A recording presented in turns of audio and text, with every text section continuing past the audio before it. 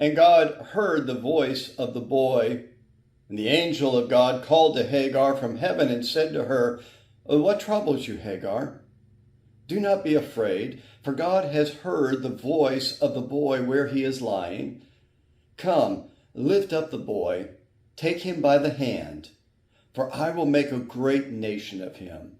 We read this in Genesis chapter 21, verses 17 and 18.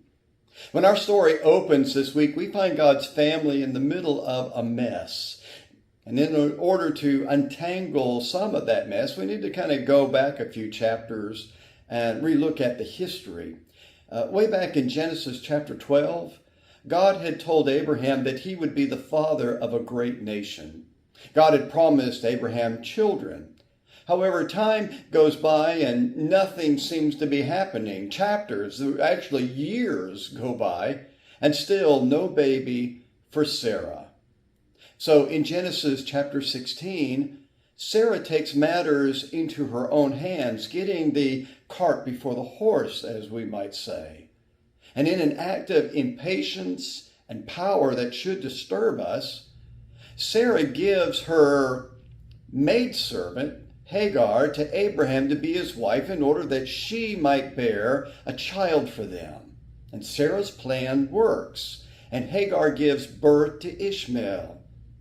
It is after the birth of Ishmael that God sends the three messengers that we talked about 2 weeks ago in chapter 18. Sends these three messengers to Abraham and Sarah, saying that he and Sarah will indeed have a son, where God is reiterating and clarifying God's promise that was made back in Genesis chapter 12. And Sarah indeed gives birth to Isaac, the beginning of chapter 21. And here's where things get messy and even ugly. Hagar and her son Ishmael, now they've been part of the family for 14 years, but Sarah suddenly grows jealous and fearful, and not wanting Ishmael to have any part of the promise, even though Sarah was the one who mistrusted God's promise and tried to take a shortcut and dragged Hagar into her schemes. She now demands that Hagar and Ishmael be cast out. The story casts a dark and long shadow over the history of God's family. Even the patriarchs and matriarchs of the faith acted in ways that broke God's heart. But the good news is this. In this story, we see that God does not agree with Sarah and Abraham's rejection of Hagar and Ishmael. And even though they cast her into the wilderness, God goes looking for this young woman and her son.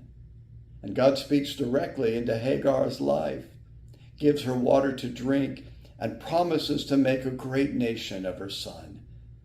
This is a deeply reassuring story. Although we all at times fail to trust God, to take matters into our own hands, getting the cart before the horse and causing a lot of harm in our wake, God intervenes to redeem and to save, because that's the kind of loving God we serve. God can and does use our shortcuts and our mistakes to bring about something new that we never could have imagined. This is good news. Amen.